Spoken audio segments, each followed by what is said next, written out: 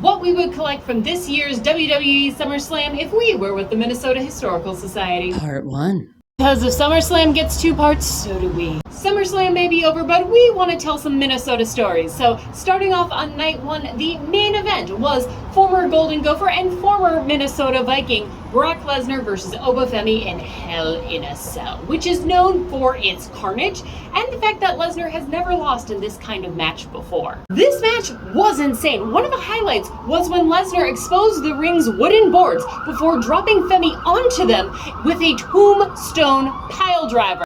And Femi kicked out. Brock Lesnar would go on to lose the match before passing the proverbial torch to the ruler, Obafemi.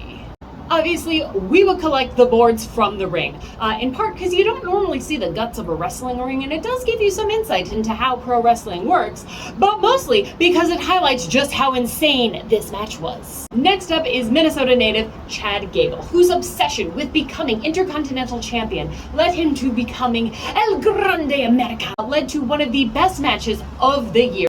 2 El Grande Americanos duked it out in a mask versus mask match, which is a big deal in Lucha Libre. Gable lost and saw the error of his ways and went on an apology tour of sorts before he earned a shot at the Intercontinental title at SummerSlam, where he beat Penta in front of a hometown crowd and won his first ever WWE singles title and got to celebrate the win with his family in the ring.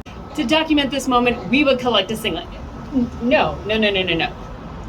Because this little guy twinning with his dad tells you just how much this moment meant not just to Chad Gable, but to his entire family. Last up is Minnesota native and St. Kate's alum, Tiffany Stratton, who competed in a 4-woman ladder match for the interim WWE Women's title.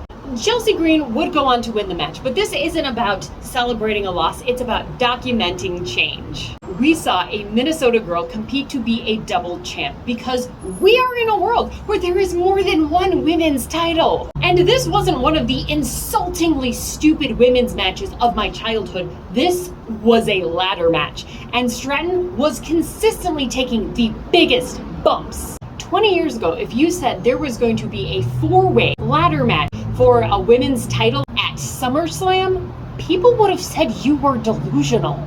To document this match, we would of course collect one of the ladders. Like, what else could it possibly be? And check out part 2 to see what else we would collect from that magical time that Minnesota hosted SummerSlam.